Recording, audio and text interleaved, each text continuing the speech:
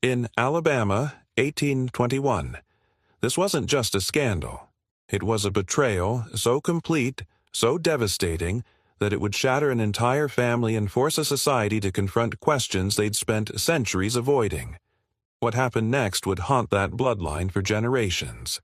This is the story of the love that defied all rules, the moral reckoning that followed, and the impossible choice that cost everything. Montgomery, Alabama, 1821. The courthouse was stone and shadow on a sweltering afternoon when three children, Thomas, Margaret, and James, received the letter that would detonate their entire world. It was sealed with their mother's wax. Formal, urgent. It summoned them to Mr. Cornelius Wade's law office at 3 o'clock sharp. No explanation, no warmth, just the cold instruction that their presence was required for the reading of their mother's last will and testament. Margaret's hands trembled as she held the letter. Their mother had been ill for weeks. Consumption, the doctors said, but death still felt impossible. Women like their mother didn't die. Women like her simply continued, commanded, controlled everything around them with an iron will that seemed immortal. But as the three of them climbed the wooden stairs to Mr. Wade's office that afternoon, something felt profoundly wrong. The air was thick, suffocating, and when they entered the room, they saw faces they didn't expect to see. There was Mr. Wade, yes, but beside him sat a man neither of them recognized, a well-dressed colored man who had no business being in a lawyer's office. And in the corner, almost hidden in shadow, sat their mother's oldest and most trusted servant, a woman named Sarah. Thomas's jaw clenched. "What is the meaning of this?" he demanded, his voice sharp as a blade. Mr. Wade didn't answer directly.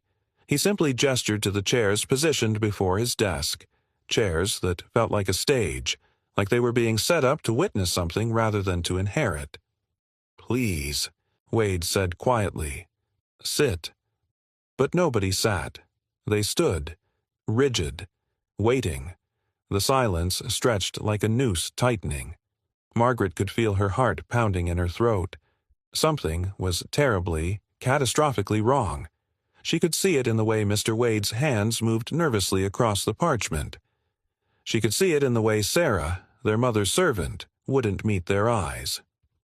"Your mother," Mr. Wade began, his voice careful and measured, "left very specific instructions. She was of sound mind when she drafted this document. I witnessed it myself. 3 weeks ago. 3 weeks ago, when their mother was still speaking, still breathing. She left explicit instructions," Wade continued, "that certain individuals be present for the reading. She was quite adamant about this." James stepped forward. "Get to it, man. What did she leave us?" The lawyer's eyes shifted. For just a moment, a brief, telling moment, he looked almost sympathetic. "Your mother," he said slowly, "has left her entire estate, the plantation, all livestock, all property, all financial holdings, and her personal assets, to Samuel." He gestured to the colored man in the suit. The words didn't make sense. They were English words, arranged in English order, but they formed no coherent meaning in the minds of the three people hearing them. "I'm sorry?" Margaret whispered. "What did you just say?" "Samuel," Wade repeated, his voice steady now, as if saying it again would make it make sense. "This man here, Samuel, your mother's companion. She has left everything to him. The will is binding. It is legal, and it is final." The world went silent, not quiet, silent, as if sound itself had died. Thomas's face went white, not pale, but truly white, like all the blood had been drained from it in an instant. Margaret felt her knees weaken. And James. James made a sound like an animal, a low growl of rage and confusion, and something that sounded almost like a scream trapped behind his teeth. "This is insanity," Thomas said, his voice barely above a whisper. "This is absolute insanity. Our mother was delirious. She was fevered. She wasn't thinking clearly." She was quite clear, Wade said. He held up the document. The handwriting was unmistakable, their mother's elegant, precise script. See here, and here. She signed it twice, witnessed by myself and Father Michaels from the cathedral. Margaret stared at the will in Wade's hands. She wanted to snatch it, tear it, burn it, but her legs wouldn't move. "What about us?" Margaret heard herself ask. Her voice sounded far away, hollow. "What did she leave us?" Mr. Wade cleared his throat. He looked genuinely pained now. "A modest sum, $500 each, to be distributed upon your marriage should you marry, or upon reaching the age of 30. There is also the family home in town, but that reverts to Samuel's ownership should any of you attempt to contest the will.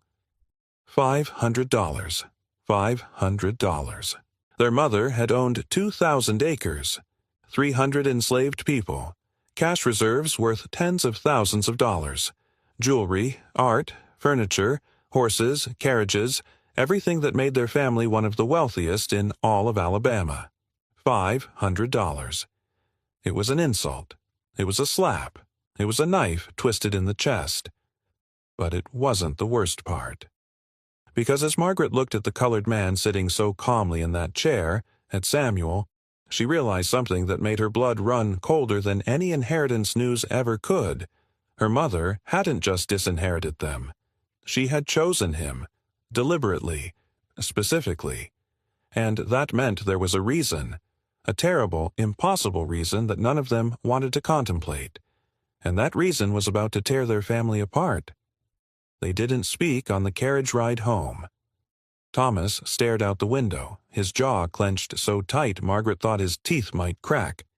James sat with his fists balled, his knuckles white, his breathing sharp and ragged like an animal cornered. And Margaret felt as though she were floating, watching the scene from somewhere outside her own body. The plantation appeared before them like a monument to a life that no longer existed. The white columns, the manicured gardens, the slave quarters in the distance, everything that had seemed permanent, immutable, eternal, suddenly felt like ash. That night there were no tears. There was only rage. "We contested," James said flatly, pacing the parlor like a caged predator. "We hire lawyers. We prove she was mentally unsound. We tear that will to shreds." "With what money?" Thomas replied coldly. "We have $500, James. 500. Do you have any idea what a legal battle costs?" "We sell the house," Margaret heard herself say. Her voice sounded strange, wrong, like someone else was speaking through her mouth.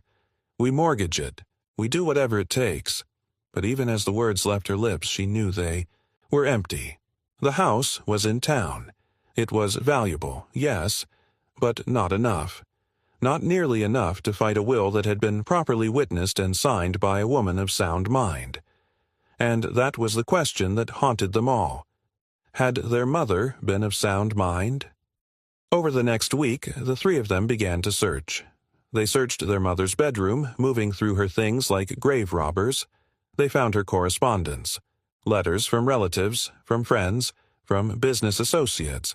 Nothing unusual, nothing that suggested madness. They searched her study, rifling through ledgers and documents. Still nothing, just the ordinary records of an ordinary, if wealthy, plantation owner.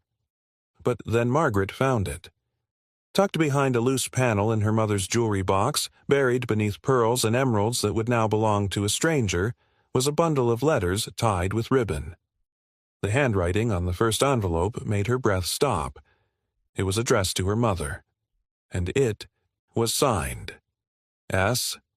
With trembling fingers, Margaret opened the first letter. The date was 6 years old. "My dearest Catherine, I count the hours until I can see you again. The risk grows greater each day, I know, and yet I cannot find it in myself to regret this. What we have is a truth that the world will never permit. But in these stolen moments, in the darkness of your study, I have found something worth more than all the rice in the low country. I have found my soul." Margaret's hands shook as she read. The words were intimate, they were passionate, they were unmistakably the words of a man in love, a man who loved her mother. S. Samuel. She read through the letters in a daze. 6 years of them.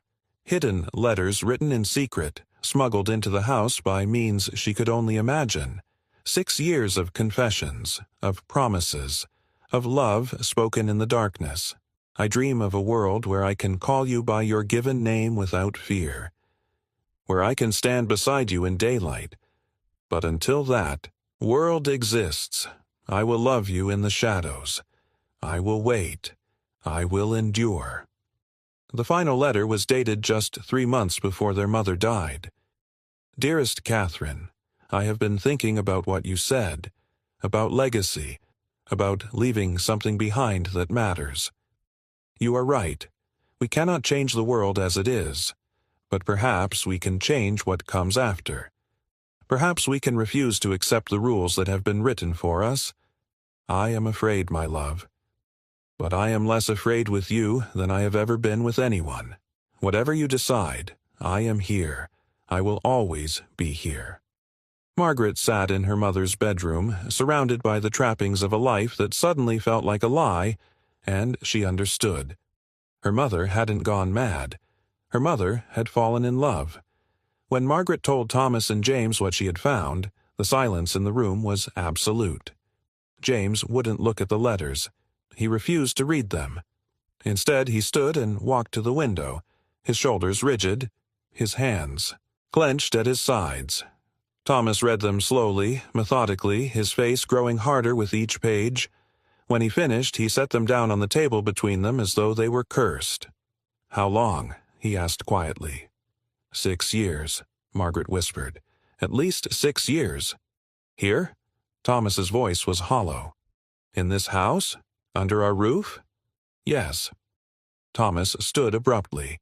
He walked to the fireplace, picked up a poker, and began to strike the mantel. Not hard enough to break it, but hard enough to make the sound echo through the house like a scream. "Our mother," he said, his voice tight and controlled in a way that was somehow more terrifying than if he had raged, "has been conducting an affair with an enslaved man. For 6 years, in secret. And then she has the audacity, the unspeakable audacity, to leave him her entire fortune while disinheriting her own children." "It's not an affair," Margaret said quietly. "Read the letters, Thomas. It's love." "I don't care what it is." Thomas turned on her, his eyes blazing. "Don't you understand what she's done? She's made us a laughingstock. Every person in Montgomery who reads about this will know. They will know that our mother debased herself, that she made us the children of a woman who could fall in love with a slave." "He's a man," Margaret said. Her voice was small but steady. "He's a human being, and she loved him." "That," Thomas said coldly, "changes nothing." But it changed everything. Over the following days, as the news began to spread through Montgomery society, the magnitude of the scandal became apparent. At first, it was whispers, rumors, speculation. "Did you hear?" the ladies would say, their fans fluttering nervously. "About the Ashford woman? Apparently, she left everything to, well, you know. One of them." Then it became open discussion. Then it became the only thing anyone wanted to talk about. The Ashford children were no longer the respectable heirs of a wealthy plantation family. They were the shame-touched offspring of a woman who had violated every rule of decency, every law of nature, every commandment of God.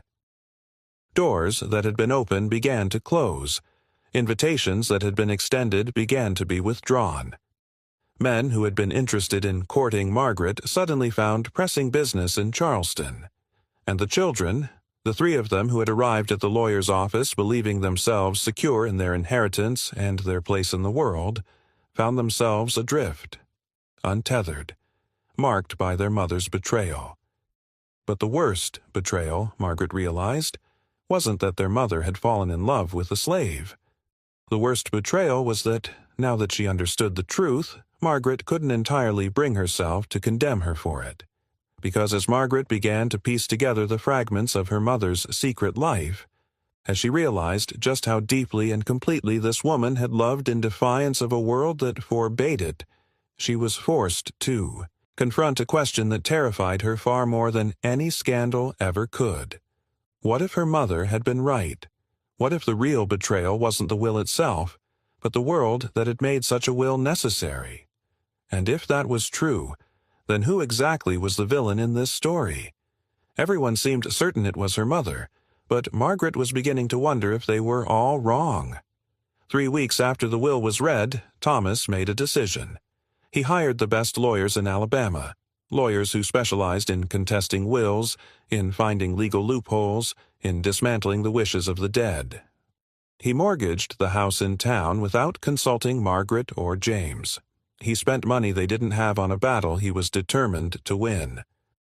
"We will not be defined by her shame," he declared, his voice ringing through the parlor like a preacher's sermon. "We will fight this. We will prove she was mentally incompetent. We will reclaim what is rightfully ours." But there was a problem. The lawyers came back with grim news. The will was airtight. Their mother's signature was genuine. Father Michaels confirmed that she had been lucid, coherent, and entirely aware of her actions when she signed it. There were no grounds for contest, no medical records proving insanity, no evidence of coercion or undue influence. What there was, however, was something far more damning. Their mother had left a letter, not a will, not a legal document, a personal letter addressed to her children, sealed and dated, to be opened only if they attempted to contest the will. Thomas opened it with shaking hands. The letter was long. It was detailed, and it was a confession so complete, so devastating, that it made the scandal of the will itself look like a minor indiscretion. "My dearest children, if you are reading this, it means you have chosen to fight me even in death. I ask you to read every word before you judge me. I ask you to try, truly try to understand. I met Samuel 20 years ago. He was brought to this plantation as a boy of 14, along with 40 others purchased from a trader in Charleston. I remember the day clearly because I remember looking at him and seeing something I had never seen before. A human being. That seems like a simple thing. But in our world, it is the most dangerous thing a person can realize. For the first 6 years, I saw him only as I was meant to see him, as property, as a servant, as less than human. I was a good mistress, I believed. I treated my people better than most. I didn't believe in excessive punishment. I allowed families to stay together when possible. I told myself I was kind. But kindness, I came to understand, is not enough when the entire system is built on cruelty. When Samuel was 20, he began to work in the house. He was intelligent, more intelligent than any white man I knew. He taught himself to read by watching my lessons with you children. He could calculate figures in his head faster than I could with pen and paper. He had thoughts and ideas and dreams, and I was one of the only people who was permitted to hear them. And somewhere in those conversations, in those stolen moments when I could pretend he was something other than my property, I fell in love with him. I tell you this not to justify what happened, but to explain it. To make you understand that this was not a moment of weakness or madness. This was the most sane, most deliberate, most honest thing I have ever done. For 15 years, we loved in secret, in darkness, in stolen moments. And in those moments, I was more myself than I have ever been, more honest, more real, more true than I was in the daylight world where I played the role society demanded of me. I thought I could take this secret to my grave. I believed it would die with me, buried safely where it could harm no one. But then I became ill, and as I lay in my sickness, I realized something. I had spent my entire life accepting the rules of a world I had come to despise.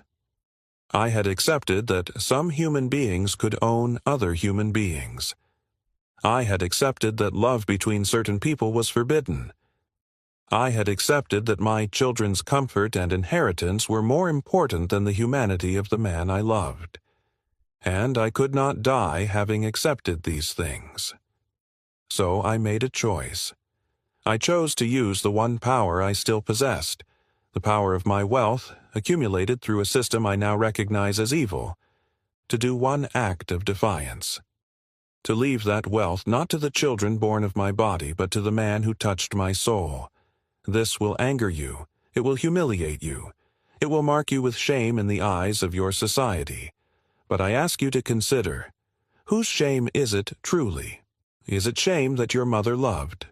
Or is it shame that a society exists where such love must be hidden? I do not expect you to forgive me. I do not expect you to understand. But I ask you to look at the world as it is and to ask yourselves whether the rules that govern it are rules worth keeping. Samuel will take nothing from you except what was always mine to give. You will have the house in town. You will have $500 each. You will have your names, your education, your freedom to move through the world as white people in a white world. He will have only what I am leaving him. A chance to be free. A chance to leave this place and build a life beyond the reach of those who would claim him as property. That is not too much to ask, is it? That is not an unreasonable price for your inheritance? If you fight me, I have instructed Mr. Wade to release additional documents that detail our relationship in explicit terms. I have detailed every encounter, every conversation, every moment of intimacy. These documents will be made public. Your humiliation will be complete and irrevocable. But if you accept this will, if you let it stand, those documents will be destroyed. Your mother's reputation will fade with time. Your shame will be manageable. You will survive this. The choice, as always, is yours. But know this. I died more honest than I ever lived. And I died loving a man whom society tells you is less than human. And I would do it again. In every lifetime, in every world, I would do it again. Your mother, Catherine. The letter fell from Thomas's hands like it had burned him. For a long moment, nobody spoke. Then James stood up and walked out of the room without a word. Margaret heard the sound of a horse being saddled. By nightfall, he was gone, fled to relatives in Georgia, refusing to acknowledge that any of this had happened. Thomas sat staring at the letter for hours. His face was a mask of something between rage and understanding, and Margaret couldn't tell which was winning. Finally, he looked up at her. "She's blackmailing us," he said quietly. "From beyond the grave, she's blackmailing us." "She's protecting him," Margaret replied, "and protecting us in her way." "Don't," Thomas said sharply. "Don't defend her. Don't try to make sense of this. There is no sense to be made. Our mother was a woman who betrayed everything, her family, her honor, her God, for a moment of passion with a slave, and she's made us complicit in it." "Is that really what happened?" Margaret asked. "Or did she simply love someone?" Thomas looked at her with an expression of such profound hurt that Margaret almost regretted speaking. "I don't know who you are anymore," he said. "I don't know who any of us are." And he was right, because the world they had inhabited, the world of clear rules and simple hierarchies of right and wrong, of masters and servants, had collapsed entirely. In its place was something far more complicated and far more terrifying, a world where the rules themselves might be wrong, where the people they were supposed to despise might deserve their respect, where their mother, a woman they had thought they knew, had been living a truth so profound that she was willing to sacrifice everything for it. But the real reckoning was only beginning, because Samuel, the man who had just inherited a fortune in a world that had been designed to strip him of everything, now faced a choice that would determine not just his fate, but the fate of the entire Ashford family. Would he stay? Would he try to claim his inheritance and live as a free man in a slave state? Or would he run, and in running, validate everything the Ashford children had lost? Either way, the next decision would be his, and for the first time in his life, Samuel held all the power. Samuel never came to claim the plantation. For 3 weeks, nobody knew where he was. The rumors multiplied like weeds. Some said he'd run north, fleeing before white men could lynch him for his audacity. Others insisted he was dead, murdered by angry relatives of the Ashford family who had decided that the law wasn't swift enough, wasn't violent enough to satisfy their rage. But on a cold morning in February, Samuel appeared at the lawyer's office. Mr. Wade brought word to Thomas personally. Samuel was in town. He wanted to meet with the Ashford children before making any decisions about the estate.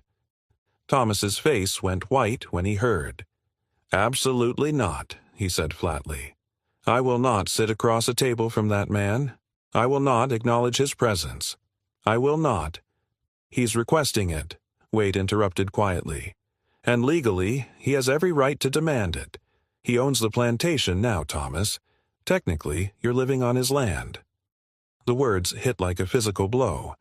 That afternoon, the 3 of them, Thomas, Margaret, and James, who had returned from Georgia looking haggard and diminished, sat in Mr. Wade's office, and across from them sat Samuel. Margaret had expected to see a man transformed by sudden wealth. Instead, she saw someone who looked profoundly uncertain. He wore a suit that fit him well, clearly purchased in anticipation of this meeting, but he wore it like armor, rather than comfort. His hands were folded carefully on the table in front of him, and his eyes, dark, intelligent eyes that Margaret could now see held the same intensity as her mother's, moved from face to face, assessing, weighing, deciding. "Thank you for coming," he said. His voice was educated, refined. Nothing like the deferential tone a slave was supposed to use. It was the voice of a man speaking to equals.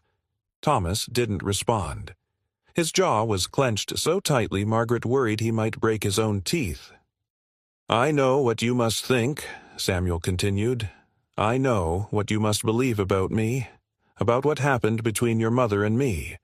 I'm not here to change your minds about that. I'm here to tell you a decision I've made." He paused, and in that pause, Margaret could feel the weight of what was about to come. "I'm leaving," Samuel said. "I'm leaving Alabama. I'm leaving the South entirely. I'm going north, to Pennsylvania, where I have contacts who can help me establish myself as a free man.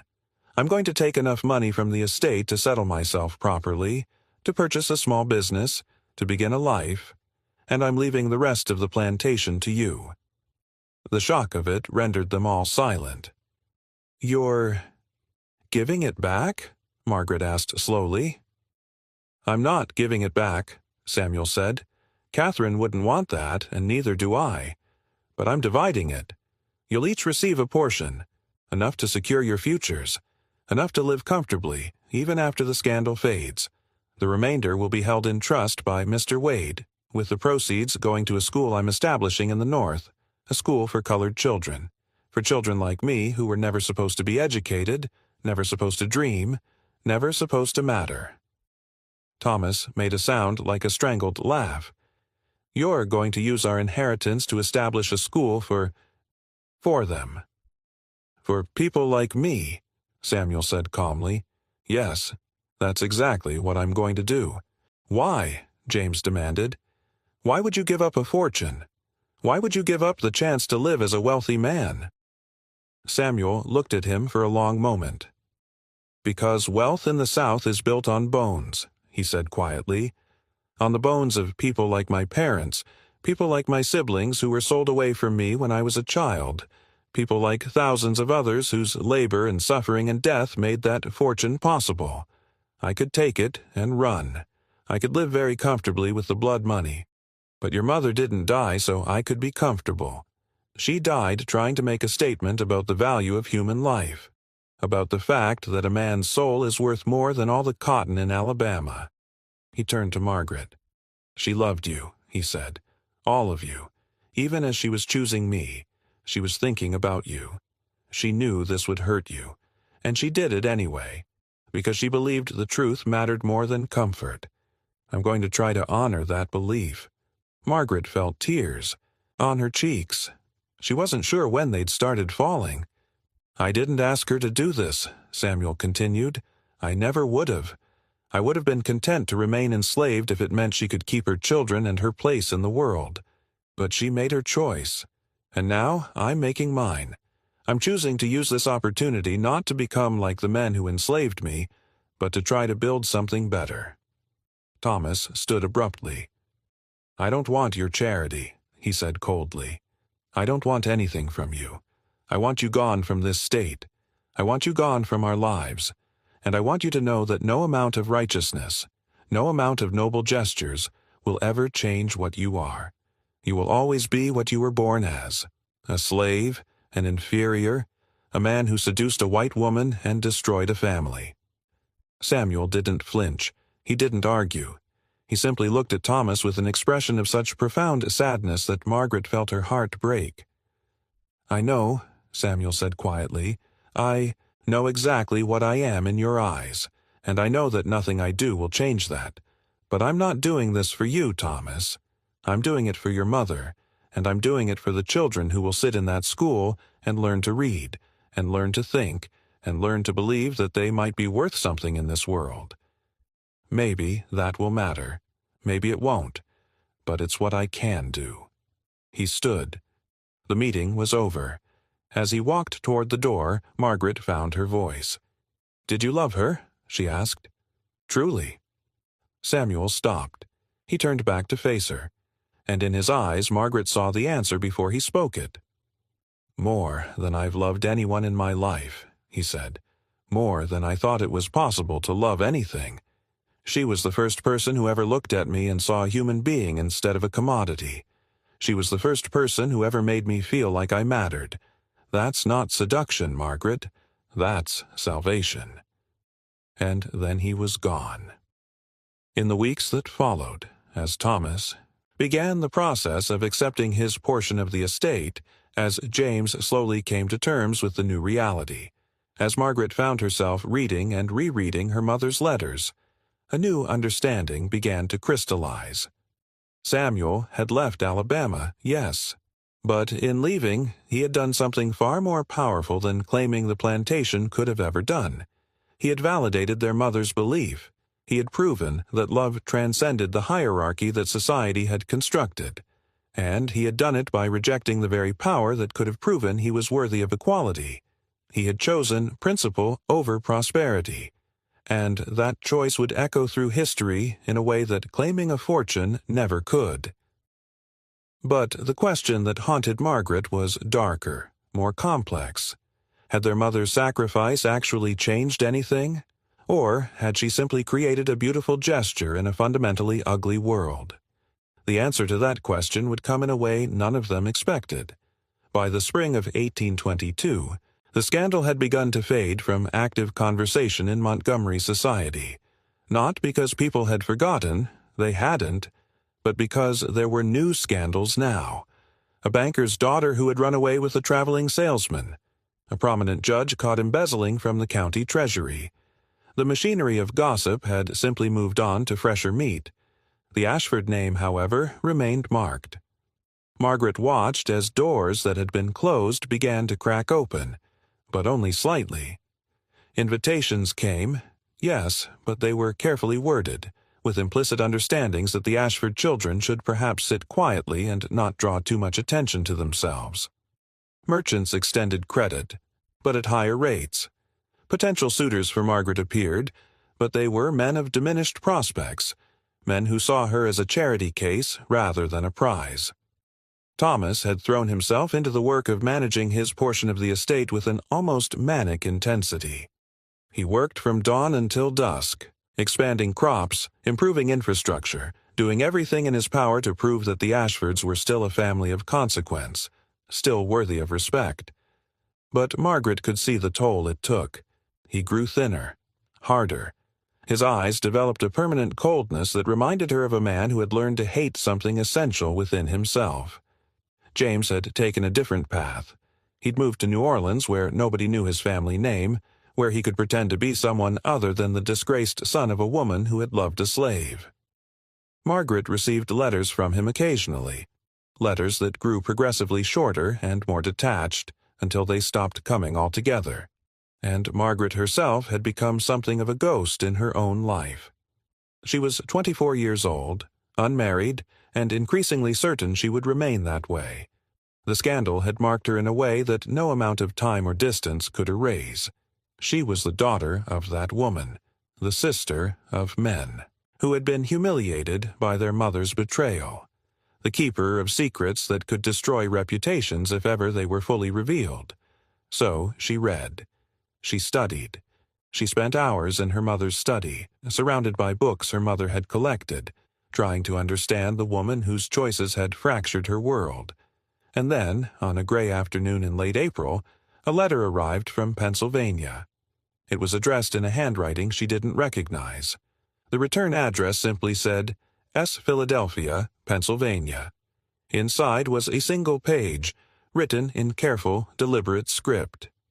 Dear Margaret, I hope this letter finds you well. I have thought many times about whether I should write to you, whether it was appropriate or wise. But I find that I cannot remain silent any longer. I have established myself here as a free man. I have secured a position as a merchant, trading in textiles and other goods. The business is modest but profitable. More importantly, I have begun work on the school. We opened our doors this January with 12 students. By next autumn, we expect to have 40. Your mother would be pleased. But I am writing to you not to report on my progress, but to tell you something that I believe you deserve to know. Something that your mother asked me to tell you, should the opportunity ever arise. She was pregnant. When she died, she was carrying my child. A son. She told only me. She told me that she had decided to end the pregnancy, not out of shame, but out of mercy. She could not bring a child into the world who would be born enslaved, born to a slave and a white woman, born into a position where he would inherit nothing but suffering. So she made the choice to end it. And that choice, combined with the illness that was already consuming her, is what ultimately took her life. She was not running from shame, Margaret. She was not indulging in passion. She was a woman in an impossible situation, trying to make the most humane choice available to her in an inhumane system. I tell you this not to increase your pain, but to diminish it, to help you understand that your mother's legacy is not one of betrayal, but of sacrifice. She sacrificed her health. She sacrificed her reputation. She sacrificed her unborn child, and she sacrificed her life, not for a moment of passion, but for a principle. I do not know if that knowledge will help you, but I believe you deserved to have it. The school is named after her, Catherine's Academy. It is a small gesture, but it is the only gesture I am capable of making. Perhaps one day, when the world has changed enough to permit it, her name will be known for what she truly was. A woman who loved deeply, who thought carefully, and who chose principle over comfort. Until that day comes, please know that there is at least one person in this world who understands the magnitude of what your mother did, and who honors her for it. Respectfully, Samuel Margaret read the letter 3 times before she allowed herself to cry. A child. Her mother had been pregnant, had chosen to end that pregnancy not out of cowardice, but out of love. Love so profound that she had sacrificed her own child to spare it from a life of bondage. And then she had died. The pieces of the story suddenly arranged themselves into a new configuration. The urgency of the will, the detailed letters explaining her actions, the defiance in the face of a world that forbade her love. It hadn't been the whim of a woman caught up in passion. It had been the deliberate, calculated choice of a woman who understood exactly what she was doing and why. Catherine Ashford hadn't died because she was weak.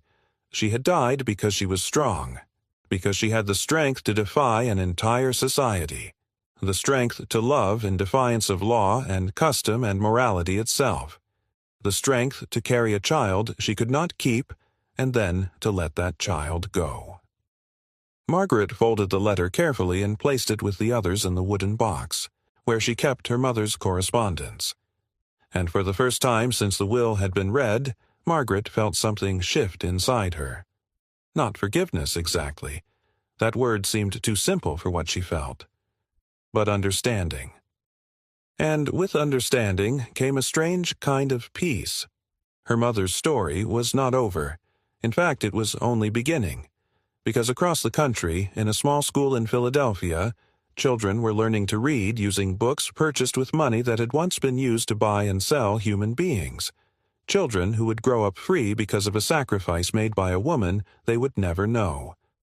A woman whose name had been dragged through mud and filth in her own lifetime, but whose legacy, if the world ever allowed itself to see it, would be one of the most profound acts of resistance against an evil system that history had ever recorded. But here was the question that would define the rest of Margaret's life. Would she spend her remaining years trying to rehabilitate her mother's reputation in a world that would never accept it? Or would she find another way to honor what her mother had done? The answer would require her to make a choice as brave, in its own way, as the one her mother had made. Margaret Ashford never married. She never remarried. She never bore children of her own. Instead, she spent the next 43 years of her life doing something far more radical than accepting her mother's shame or condemning it. She lived it forward. In the months following Samuel's departure, Margaret found herself in a peculiar position. The world around her had largely moved on from the scandal, but the consequences remained embedded in every social interaction, every whispered conversation, every closed door. She was a woman defined by her mother's choices, marked, tainted, forever linked to a transgression that society had deemed unforgivable. But Margaret refused to be diminished by it. Instead, she began to understand something that few people in her world were capable of understanding. Her mother's act had not been one of betrayal, it had been one of clarity. Catherine Ashford had seen through the lies that underpinned the entire Southern aristocracy, and she had chosen truth over comfort. She had chosen love over legacy. And in making that choice, she had revealed something essential about the nature of the system itself, that it could only survive by denying the humanity of those it enslaved. Margaret decided that she would spend her life proving her mother right. In 1824, a year after Samuel had established his school in Philadelphia, Margaret approached her brother Thomas with a proposal. She wanted to establish a school. A finishing school for young ladies, ostensibly, but with a curriculum that would be unlike anything Montgomery had ever seen. Thomas was skeptical. "You're going to draw more attention to us," he said flatly. "More scandal, more whispers. Is that really what you want?" "I don't care what they whisper," Margaret replied. "And neither should you. They've already condemned us, so we might as well do something worth condemning." Thomas stared at her for a long moment, and then, to her surprise, he laughed. It was a bitter laugh, tinged with something like recognition. "You really are her daughter," he said finally. "God help us both." He provided the funds without further argument. In 1825, Margaret Ashford's Academy for Young Ladies opened its doors in a renovated mansion on the outskirts of Montgomery. On the surface, it appeared to be precisely what a finishing school should be. A place where the daughters of Alabama's planter class could learn the arts, languages, music, and needlework that would make them suitable wives for men of consequence. But Margaret had other ideas. She taught her students mathematics, not just arithmetic, but algebra and geometry. She taught them natural philosophy, which was considered dangerously unsuitable for female minds. She taught them history, but not the sanitized version that celebrated Southern greatness. She taught them the actual history, the complicated, messy, morally ambiguous history of conquest and displacement and slavery. Most radically, she taught them to think. She introduced a practice that was virtually unheard of in female education. She assigned essays asking her students to defend positions that challenged the fundamental assumptions of their world. She would give them a prompt. Does a Christian have the right to own another Christian as property?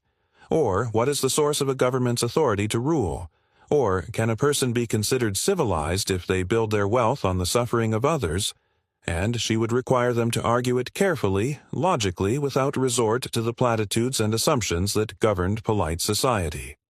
Her students were baffled at first. They were accustomed to being told what to think, not asked to think for themselves. Some of them struggled. Some of them complained to their parents. But gradually, something shifted.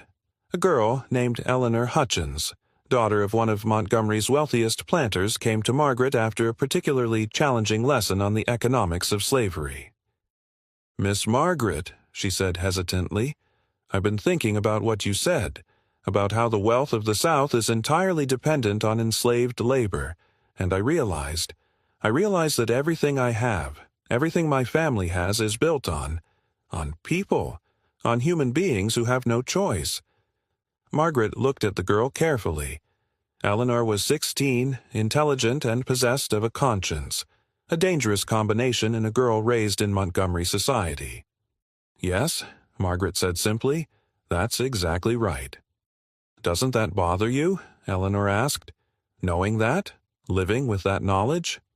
"Every day," Margaret replied, "every single day of my life." That conversation became the template for hundreds of others. Margaret would plant a seed of doubt, and if the student was capable of seeing it, if they had the moral courage to follow that doubt to its logical conclusion, she would nurture it. She would provide books, carefully hidden, carefully circulated, that presented perspectives the South had deemed dangerous. She would introduce ideas that challenged the racial hierarchy upon which her entire world was built. She was, in essence, creating doubt. And doubt, she understood, was the first step toward change. Word of Margaret's unusual curriculum spread slowly through Montgomery society. Some families withdrew their daughters immediately, scandalized by the notion that girls should be taught to think critically about slavery. Others were intrigued. By 1830, Margaret's Academy had a waiting list. By 1840, it was considered one of the finest educational institutions in Alabama, though its reputation was complicated by whispers about its peculiar headmistress and her radical ideas. Thomas never spoke to her about it, but he continued to fund the school's expansion. When a larger building was needed, he purchased one. When Margaret needed books, he arranged for them to be smuggled in from the north. He never acknowledged what she was doing, but his actions made clear that he understood. Perhaps even that he approved, though he would never have admitted it publicly. James, writing from his self-imposed exile in New Orleans, seemed determined to pretend that none of their family history had ever happened. His letters were brief, formal, devoid of emotional content. He had built a life of studied normalcy in a city where nobody knew his name, and he clung to that normalcy with desperate intensity. But once, in a letter written in 1835, he made a single reference to Margaret's work. "I have heard through mutual acquaintances that you are doing interesting work with your school. I confess I do not fully understand your purposes, but I suspect Mother would have approved of whatever it is you are attempting. I apologize that I never had your courage." Those words, "I'm sorry I never had your courage," arrived in Margaret's hands like a ghost. They told her everything she needed to know about what James had been running from all those years. He had understood, on some level, what their mother had done and why, but he had lacked the strength to face that understanding, so he had simply fled. He had chosen oblivion over clarity. Margaret kept that letter in her desk, and she read it sometimes on nights when she wondered if her work was making any difference at all. By 1845, Margaret had trained nearly 200 young women. Most of them had returned to their lives as wives and mothers of Alabama's planter class, outwardly conforming to society's expectations while carrying within them the seeds of doubt that Margaret had planted. But a significant minority had chosen different paths. 3 of her students became active abolitionists working in secret networks that helped enslaved people escape to freedom. 2 had gone north and established themselves as writers and activists, publishing essays attacking the institution of slavery under assumed names. One had married a minister and used her position to influence her husband toward increasingly anti-slavery positions. Several had simply refused to marry at all, choosing instead to live independent lives of quiet resistance, reading forbidden books, corresponding with Northern intellectuals, slowly poisoning the certainties of those around them. Margaret never took credit for these choices. She never suggested publicly that her teaching had influenced them toward radicalism. But she knew. She could see it in their eyes during class, that moment when a thought formed, dangerous, necessary, revolutionary, and took root. She was planting seeds, seeds her mother had watered with her own blood. The 1850s brought new tensions to the South.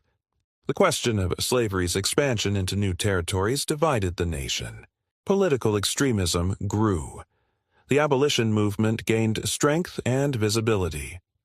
And Margaret watched her students, now women in their 30s and 40s, navigate a world that was becoming increasingly polarized. Some of them wrote to her. Sarah Mitchell, now living in Boston and working with the American Anti-Slavery Society, sent Margaret a copy of a pamphlet she had written. The Moral Bankruptcy of the Southern System, a Christian Woman's Testimony. Margaret recognized in its arguments the seeds of lessons she had taught decades before. Catherine Wells, who had married a plantation owner and remained in Montgomery, sent Margaret a letter in 1858 expressing her despair. I live every day in a house built on slavery, married to a man who profits from human suffering, surrounded by women who have accepted this as natural and right. But I cannot accept it. Every day I am complicit, and every day I die a little inside. I wish I had been braver. Margaret wrote back, You are braver, then. You know, you are living in contradiction, and contradiction is the seed of change. Hold that contradiction. Don't let them make you comfortable with the unacceptable. When the Civil War came in 1861, Margaret was 64 years old. She watched as the South tore itself apart over the question that she had been quietly asking her students for nearly 40 years, whether some human beings had the right to own others. Alabama became a battleground. Montgomery itself was occupied by Union forces. Margaret's school was commandeered and converted into a hospital, first by Confederate troops, then by Union soldiers. Her precious library was scattered. Her careful work of decades seemed to be consumed by the machinery of war. But Margaret didn't despair. If anything, she became more active. She used her position as an educated woman with resources to help where she could. She provided supplies to the school that had been established for freed people. She corresponded with Northern activists. She used her home as a way station for people fleeing the chaos of war. When the war finally ended in 1865 and the Union was preserved and slavery was abolished, not by moral persuasion, but by military force and constitutional amendment, Margaret felt a complicated mixture of emotions. The system her mother had sacrificed everything to challenge had been destroyed, but it had taken a war that killed 600,000 people to do what perhaps could have been accomplished decades earlier if the seeds of doubt had been planted earlier, more widely, more effectively. Still, she didn't allow herself to be consumed by recrimination. Instead, she began again. The real vindication. In 1868, 3 years after the end of the Civil War, Margaret received a visitor that would change the trajectory of her understanding of her mother's legacy. She was 71 years old by then, her hair completely white, her body bent with age but her mind still sharp. She was in her study, the same study where her mother had conducted her secret love affair with Samuel, where Margaret had found the hidden letters, where she had spent nearly half a century thinking about the nature of love and duty and sacrifice. The visitor was announced by her housekeeper with unusual formality. "A gentleman to see you, Miss Margaret. A colored gentleman. He says it's on business of considerable importance."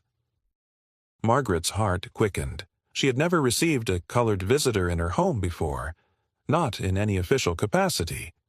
It was one of those unwritten rules that still governed Southern society, even in the aftermath of war and emancipation. She invited him in. The man who entered was perhaps 30 years old, well-dressed in a dark suit, educated in bearing and speech.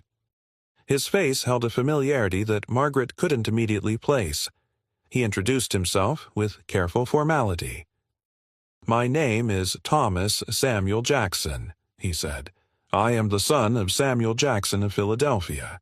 My father has passed away these 2 years, but before his death, he asked me to deliver something to you, should I ever make my way to Montgomery. He said you would understand its significance." Margaret's hands trembled as she gestured for him to sit. Thomas Samuel Jackson produced a leather-bound book from his satchel and placed it carefully on the table between them. "This is the ledger of Catherine's Academy," he said. "My father's school in Philadelphia. Every student who attended, from its founding in 1823 until my father's death in 1866. He wanted you to have it." Margaret opened the book with trembling fingers. The pages were filled with names, hundreds of names, dated entries showing enrollment, progress, graduation. Some entries included notes: graduated to become physician, opened own business, became teacher, married and established family, emigrated to Canada, became minister. 43 years of records. Hundreds of human beings who had been educated in a school founded with money that had once been used to purchase human flesh. Margaret began to weep. "Your father wanted me to tell you something," Thomas Samuel Jackson continued quietly. "He told me to say this, that your mother's sacrifice was not in vain, that every student who passed through that school, every free-colored person who built a life north of the Mason-Dixon line, every child born free because their parents had the education to escape bondage, they were all part of your mother's legacy." "Your father," Margaret said through her tears. Did he tell you about your mother?" "He did," Thomas Samuel Jackson replied. "He told me that your mother was the bravest person he ever knew, that she loved me, a child she never met, enough to sacrifice her own life, that her choice gave me the chance to exist as a free person, to be educated, to build a life of dignity and purpose. He said that without her sacrifice, I would have been born enslaved, that my entire existence, and the existence of my children and their children, all of it flows from what your mother chose to do." He paused, and Margaret could see emotion working in his face. "Before he died," Thomas Samuel Jackson continued, "my father made me swear an oath.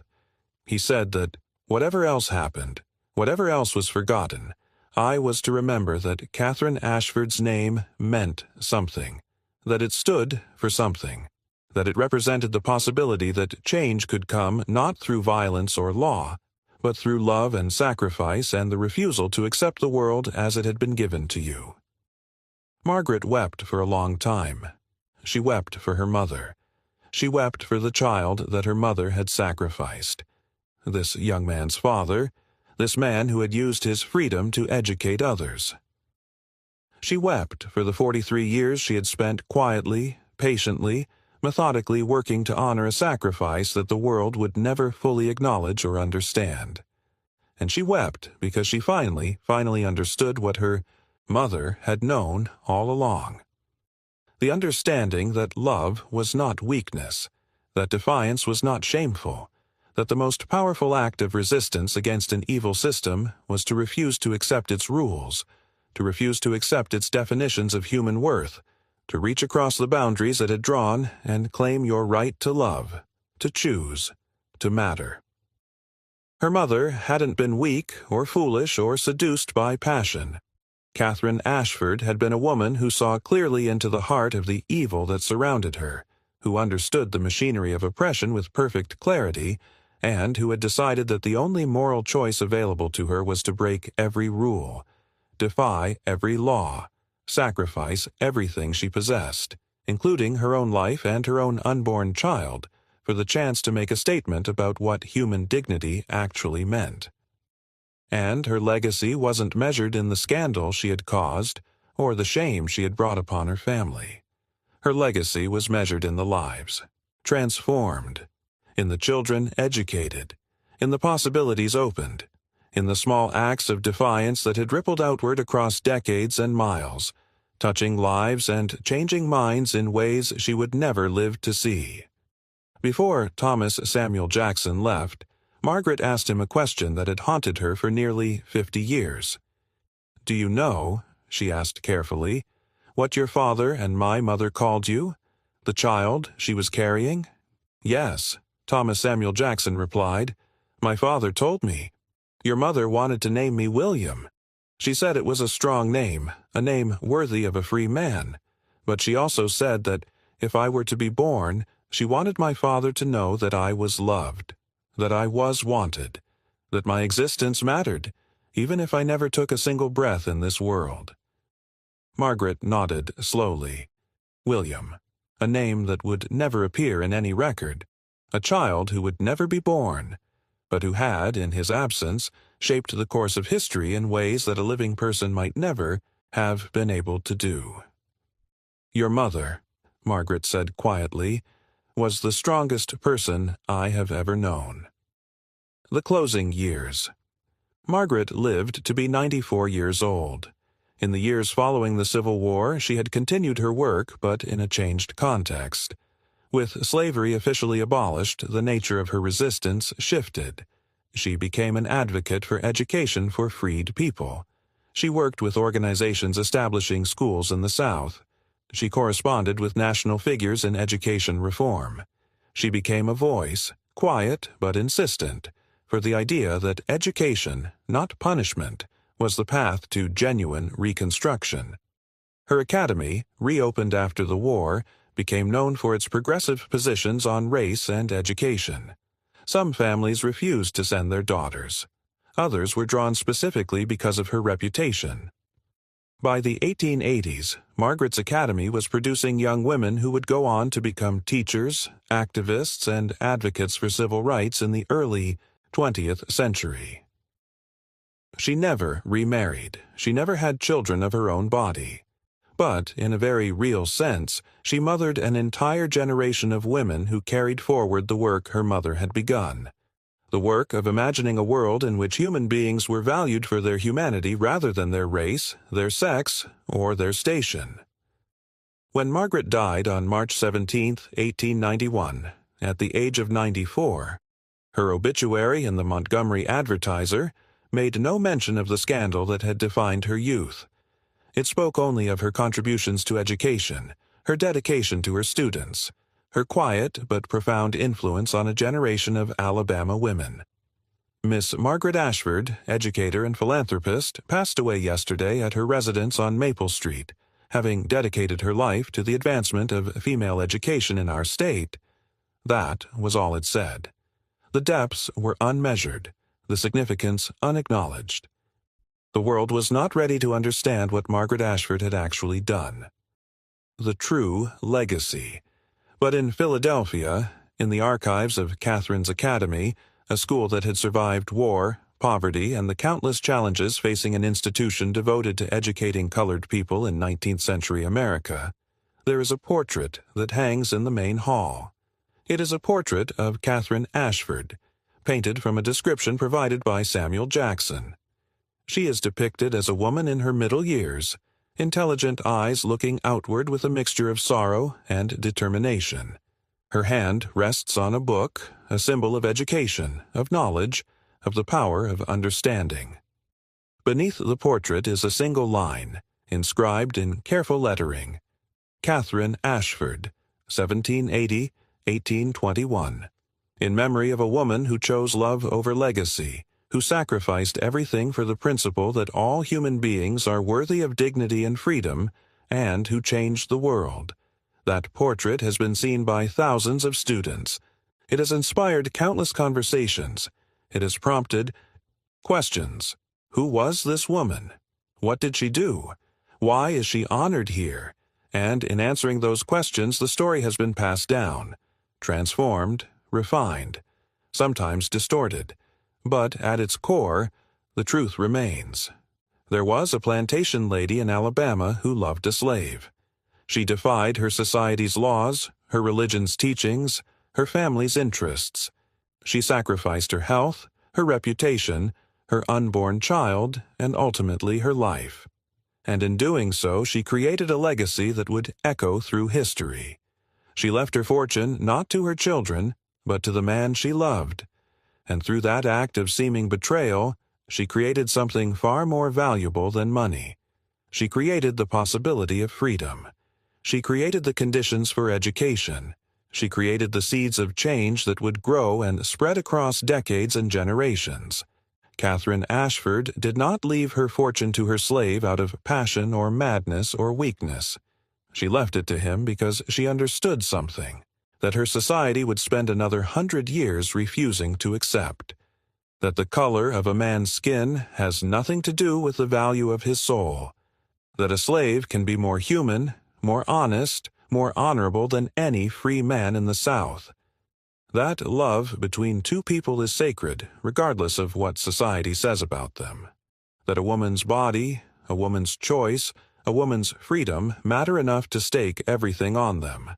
And that sometimes, the only moral choice available in an immoral system is to break every rule, defy every law, sacrifice everything you have, including your own life and your own unborn child, for the chance to make a statement about what human dignity actually means. The betrayal that seemed so devastating in 1821 was not a betrayal at all. It was an act of love so profound, so defiant, so revolutionary that it would ripple across centuries. It was a woman saying, "I will not accept your world. I will not accept your rules.